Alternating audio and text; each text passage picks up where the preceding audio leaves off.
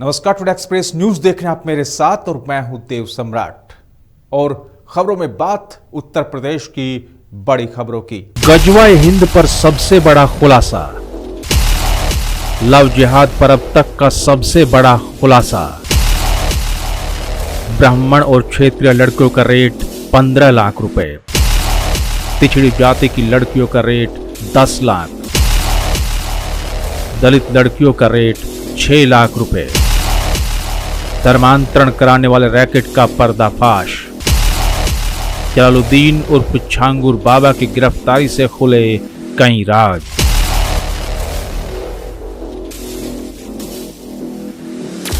आज वो सब धर्म के ठेकेदार मौन हो जाएंगे। आज उन सब के मुंह पर एक बड़ा तमाचा होगा जो ये कहते थे कि लव जिहाद कुछ नहीं होता।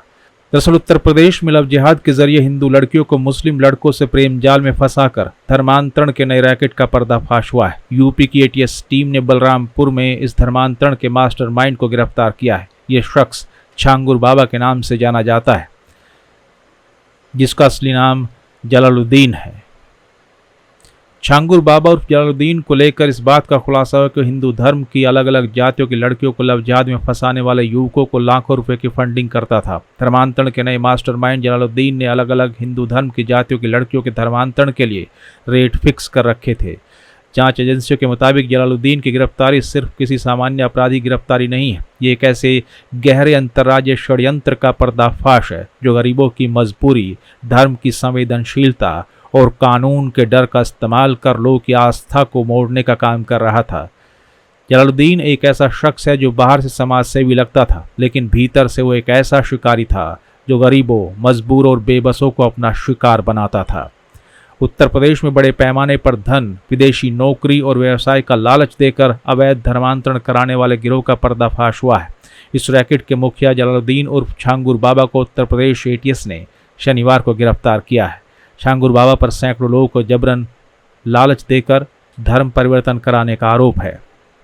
उसके खिलाफ चल रही जांच और सबूतों के आधार पर उत्तर प्रदेश पुलिस ने उस पर 50,000 का इनाम घोषित किया था। जानकारी के अनुसार छांगुर बाबा न केवल स्वयं धर्मांतरण के कार्यों में लिप्त था, बल्कि उसने एक पूरा गिरोह खड़ा कर रखा था जो ग्रामीणों में सक्रिय था और लोगों को बहला फुसला कर धर्म बदलवाता था। आजमगढ़ के थाना देवगांव में उनके सहयोगी रिश्तेदारों के खिलाफ पहले से ही अवैध धर्मांतरण के कई मुकदमे दर्ज है। पुलिस सूत्रों के मुताबिक इस गिरोह का नेटवर्क कई जिलों में फैला हुआ था। जब यूपी एटीएस ने इस गैंग के सदस्यों के बारे में पूछताछ शुरू की तो पता चला कि इस गैंग के सदस्यों ने करीब 40 इस्लामिक देशों की यात्रा की है। गैंग के सदस्यों ने खुद के नाम और अलग अलग संस्थाओं के नाम से 40 से ज़्यादा खाते खुलवाए थे, जिनमें करीब 100 करोड़ रुपए की धनराशि का लेन देन हुआ है। यूपी एटीएस ने जलालुद्दीन और छांगुर बाबा पुत्र करीमुल्ला शाह निवासी ग्राम रेहरा माफी थाना गेंडास बलरामपुर को एक विशेष अभियान में गिरफ्तार किया। छांगुर बाबा अवैध धर्मांतरण के लिए एक संगठित अंतर्राज्यीय नेटवर्क का सरगना बताया जा रहा है।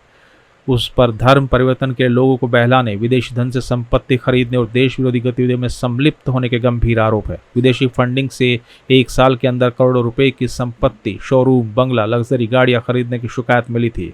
बलरामपुर में 3-4 सालों में से वो रह रहा था। जमालुद्दीन उर्फ छांगुर बाबा ने सीजर ए तैयबा नाम से एक किताब भी छपवा रखी है, जिससे ये लोग इस्लाम धर्म का प्रचार प्रसार करते हैं। लव जिहाद के बाद धर्मांतरण लखनऊ निवासी गुंजा गुप्ता पुत्री अवधेश कुमार गुप्ता को अबू अंसारी द्वारा कपटपूर्वक छदम हिंदू नाम अमित रखकर प्रेमजाल में फंसाकर छांगुर शाह के पास दरगाह लाया गया, जहाँ नीतू उर्फ नसरीन, नवीन उर्फ जमालुद्दीन आदि द्वारा गुंजा गुप्ता का ब्रेन वॉश कर खुशहाल जीवन का प्रलोभन देकर इस्लाम धर्म स्वीकार कराकर अलीना अंसारी नाम रख दिया गया। धर्म परिवर्तन कराने के लिए तय धनराशि हिंदू धर्म के ब्राह्मण, क्षत्रिय या फिर सरदार की लड़की को इस्लाम स्वीकार कराने पर 15 लाख रुपए, पिछड़ी जाति की लड़कियों के लिए 10 लाख रुपए और अन्य जाति की लड़कियों को 8 से 10 लाख रुपए का रेट निर्धारित किया गया था। जलालुद्दीन की गिरफ्तारी पर विश्व हिंदू रक्षा परिषद के अध्यक्ष गोपाल राय ने मुख्यमंत्री योगी आदित्यनाथ और एटीएस को बधाई दी है। छांगुर बाबा उर्फ जलालुद्दीन उत्तर प्रदेश बलरामपुर के मदपुर गांव का रहने वाला है। वो खुद को हाजी पीर जमालुद्दीन बाबा के नाम से प्रचारित करता था। लंबे समय से उटोला कस्बे और आसपास के इलाकों में सक्रिय था, जहां वो कथित तौर पर एक बड़े धर्मांतरण रैकेट का संचालन कर रहा था।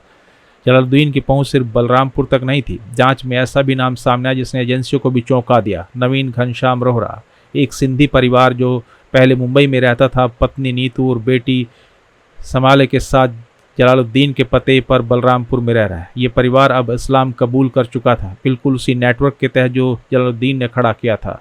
आखिर जलालुद्दीन उर्फ छांगुर बाबा कैसे लोगों को धर्मांतरण के चंगुल में फंसाने में कामयाब हो रहा था, उसकी साजिश कई सवाल खड़े करती है। जांच अभी जारी है, लेकिन सूत्रों के अनुसार विदेशी फंडिंग, हवाला नेटवर्क और सोशल मीडिया प्रोपेगेंडा के जरिए जलालुद्दीन ने पूरे उत्तर भारत में कई स्थानों पर अपनी जड़ें फैलाई थी। सवाल ये उठता है कि जलालुद्दीन के पास अकूत संपत्ति कहाँ से आई।